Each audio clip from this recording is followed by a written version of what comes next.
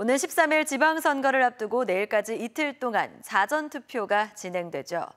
여야는 투표율을 놓고 유불리를 따지느라 셈법이 복잡한데요. 충청권은 사전투표 의향이 높은 지역이어서 사전투표율이 20%를 넘을지도 주목됩니다. 문은선 기자가 보도합니다. 대전과 세종, 충남 지역 사전투표소에도 하루 종일 유권자들이 몰렸습니다. 출근하기 전에 일하는 중간 짬을 내서 소중한 한 표를 행사했습니다.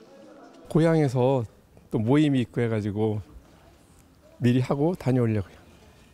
첫날인 오늘 사전투표율은 대전 8.26, 세종 9.57, 충남 9%를 기록했습니다.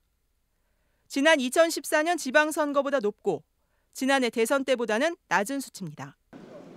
지난 2014년 지방선거 사전투표율은 대전 11.2, 세종 15.12, 충남 11.93%로 세종과 충남은 전국 평균 11.49%보다 높았습니다. 이후 20대 총선과 지난해 대선을 거치며 사전투표율은 높아지는 추세인데 이번엔 20%를 넘길 수 있을지 주목됩니다. 선거에 관심도가 높으면 아무래도 사전투표 비율이 높아진 것 같습니다.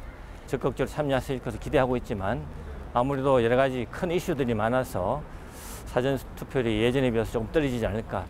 대전과 세종, 충남은 지난 6일 MBC 등 방송 3사가 칸타 퍼블릭 등에 의뢰한 여론조사에서도 사전투표 의향이 30% 안팎을 기록해 사전투표 의지가 강한 편에 속합니다. 사전투표는 본선거 투표율에도 영향을 미치기 때문에 여야는 유불리를 따지느라 셈법이 복잡합니다. 일반적으로 사전투표율이 높으면 진보 진영에 유리하다고 하지만 이번 선거에선 자유한국당 등 보수 야권에서도 숨은 보수층을 사전투표에서부터 결집시키기 위해 안간힘을 쏟고 있습니다. 지방선거일 전날 치러지는 북미 정상회담의 여파를 최소화하기 위해서입니다. 사전투표는 내일까지 전국 어디서나 신분증만 있으면 할 수 있고 자신의 선거구 밖에서 사전투표할 때는 투표용지를 회송용 봉투에 넣어 투표함에 넣어야 합니다. 투표용지는 보통은 7장인데 세종시는 4장, 국회의원 재보궐선거지역은 최대 8장에 기표해야 합니다. MBC 뉴스 문은선입니다.